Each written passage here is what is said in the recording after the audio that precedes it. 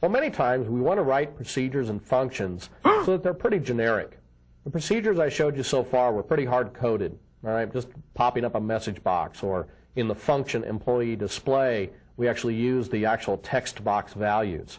Well, that's not very generic. Sometimes I might want to pass in the first and last name from different places, not just text boxes. To do that, we have to write parameters in our employee display declaration, that is the function call. So we were going to create parameters and arguments now and talk about passing them both by value and by reference.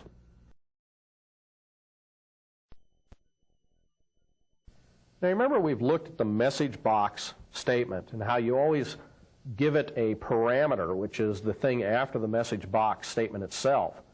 All right, this string value that you pass to it is called a parameter. A parameter is something you pass to a procedure or a function.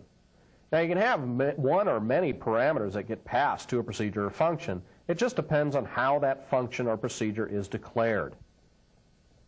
So in the declaration of the procedure, what happens is you're going to declare these things that are called arguments.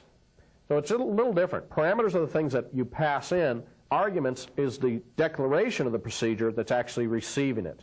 Now you'll often hear parameter and argument used interchangeably, and that's okay. Everybody understands really what you're talking about. So here would be the declaration of our employee display routine. So I create a public sub now called employee display, and I pass in the first as a string and string last as a string. So this is, as opposed to using the hard-coded text boxes, I can now use these parameters here. Now basically you think of these parameters like local variables to this procedure, because that's what they are. They are actually local variables. Just like this is a local variable, but it's got a dim statement and it's declared inside of the sub and end sub block. Whereas these are actually in the declaration line, because these are going to be things that you pass in from a calling routine.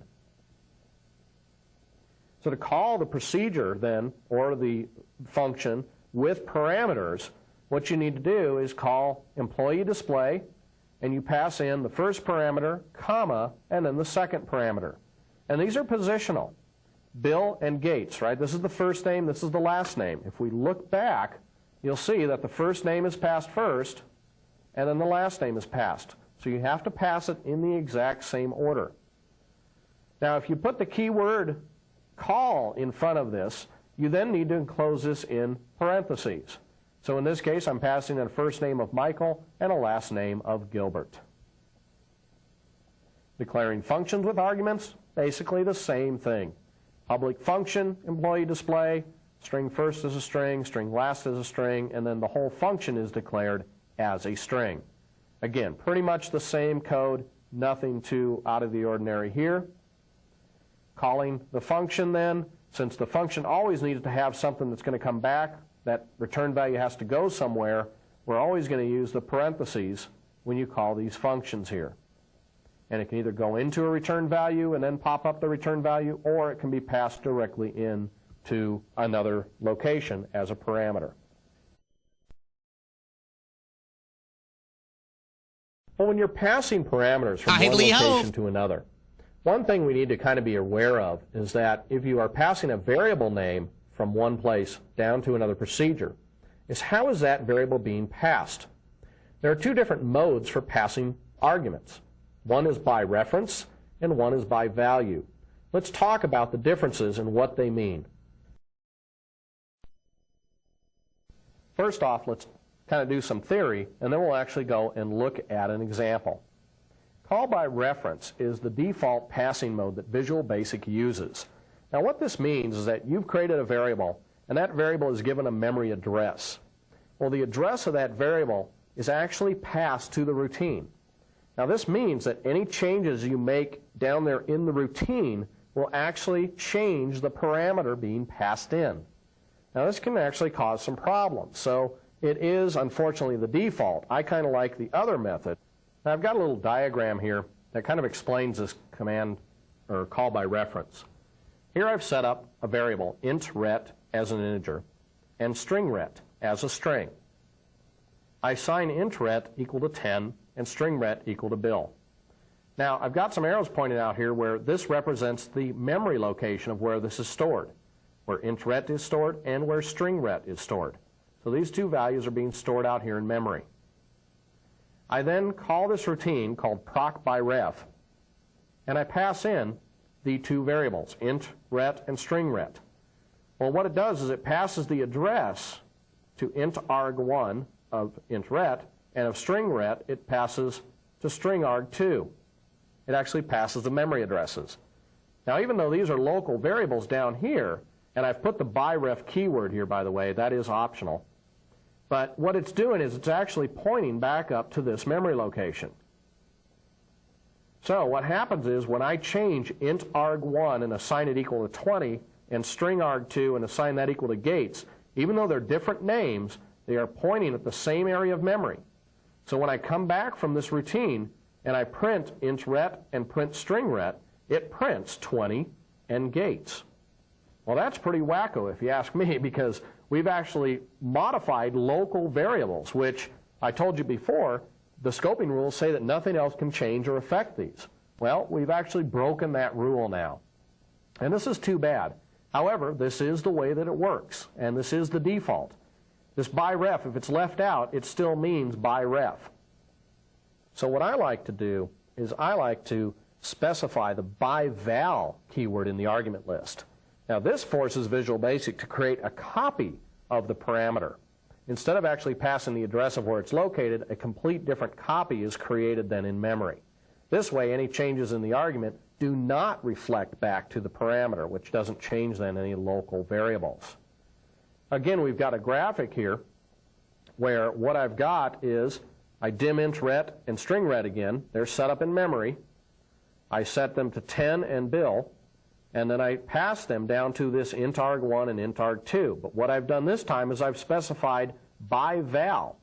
This forces Visual Basic to set up two completely different memory locations and then get the values and pass them into these memory locations. So right here at this line of code, I've actually got a 10 stored here and a 10 stored here, a Bill stored here and a Bill stored here. Then, since these are local variables to this procedure that have been set up, and I now assign 20 to this one and gates to this one, I've got 20 in here and gates in here. I've still got the 10 up here and the Bill up here. Now, this subroutine ends, and what happens to local variables when a subroutine ends? They go away. So these two are released from memory. We come back up. These two are still intact. So now when I print them out, I have their original values just as I should. So I've got some procedures that I've written in our samples to illustrate these two examples. So now let's take a look at these actual examples in our Visual Basic code. We'll run the sample so you can see how they actually are getting set up, and you'll see that they're being changed when you call by reference, and they're not being changed when we do a by val. So the sample for this chapter, called procedures.vbp, has many different examples for you, and one of them is passing by reference and functions by reference and then by value. So here's the example that we were just looking at in that graphic, where I dim int ret and string ret, and then I set int ret equal to 10 and string ret equal to Bill. I call proc by ref, passing in int ret and string ret, and then I'm going to print them out. And if we look at the proc by ref, it is our example where we pass things in by reference. Now, as I mentioned, you can leave the by ref out. It is not necessary because that is the default. We then change it to 20 and gates. Calling a function by reference is pretty much the same thing, where in this case I'm going to get back the number of characters changed, and I'm going to pass in this value that will actually get changed, and then it will report back to me how many characters were changed. So that's an instance where you need to get something back and have something changed. That's why you might use a procedure that does by ref. Let's go ahead and run this example. When we run the by ref, you'll see that over here it does report back the changed values, just like we saw in the graphic. When I run the function by reference, it'll tell us that 8 characters were changed, and it'll actually have a string value that has been changed also. When we run the by value, this one will actually print out down here 10 and Bill, just like we expected. If we look at that code, by value, as you can see, we set these up and we call this proc by value, and this routine actually has the by val keyword, so these arguments are set up as local variables, which means anything you change here does not affect the calling program. When we call a function or procedure with arguments, you generally have to specify and pass every single parameter or argument. However, there are times when you might want to make certain things optional. Well, we can do that by adding an optional keyword to our argument list. So in this example, we've got optional variant. What I've got is a routine called proc optional var. The first time I call it, I pass in a 1, a 3, and Bill Gates.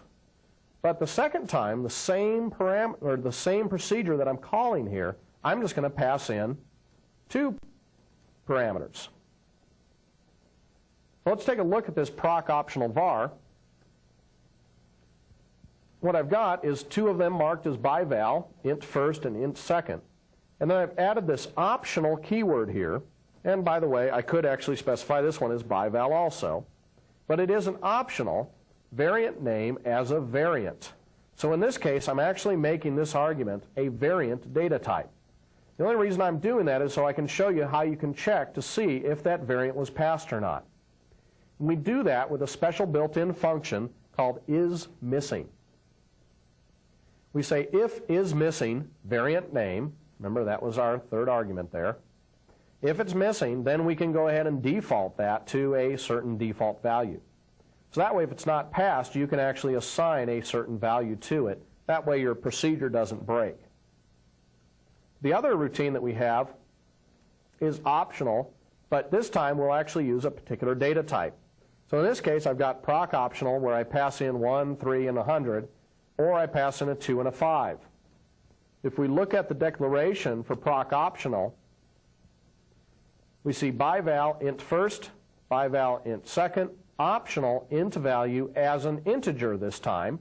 And look what we can do with optionals. We can actually assign them a default value. Now this default value gets assigned if you don't pass it anything from the calling procedure. So that means I can then test this. If int value is equal to -1, then I know that the value was not passed in. Otherwise, I could just go ahead and display that particular value. Now you cannot use that isMissing function. You cannot use that whenever you use a real data type, not the variant type. So if you declare this to be as integer, you have to set up a default value so you know whether it was passed or not. So you need to choose a value that you know would never be passed in.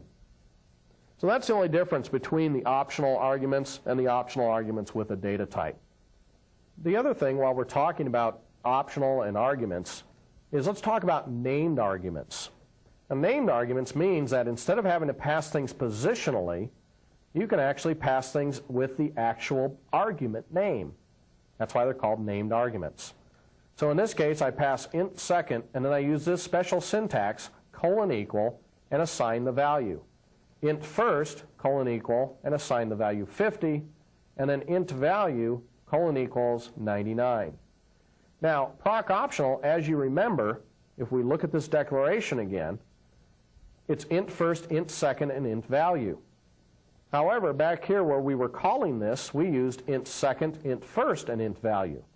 The reason why is once you use named arguments, once you use these, you can actually specify these in any order you wish, which is nice because it makes it a little bit more readable, and you don't have to worry about which position they're going in. You don't have to remember that actual position location. Well, just like we have naming standards for variables, I would encourage you to come up with some naming standards for your functions and procedures. Some of the things we do is just making sure there's no underscore in the name. The other thing is we typically try to use a noun first and then a verb. A lot of programmers like to do get this, set this, show this, and it's always the verb first, the action word, get, set, show. Well, we always like to switch it around. We would do routines like form init, form save, form show. Or we might do customer get, customer set, customer save, customer show. You can see that the noun is first.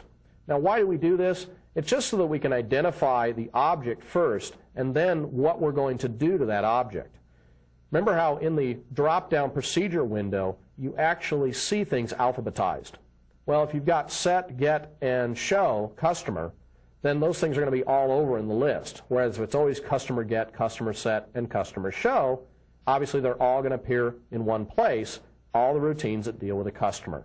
So I would encourage you to come up with a naming standard and stick with it. In the keynotes, there are a list of some of these standards that we use.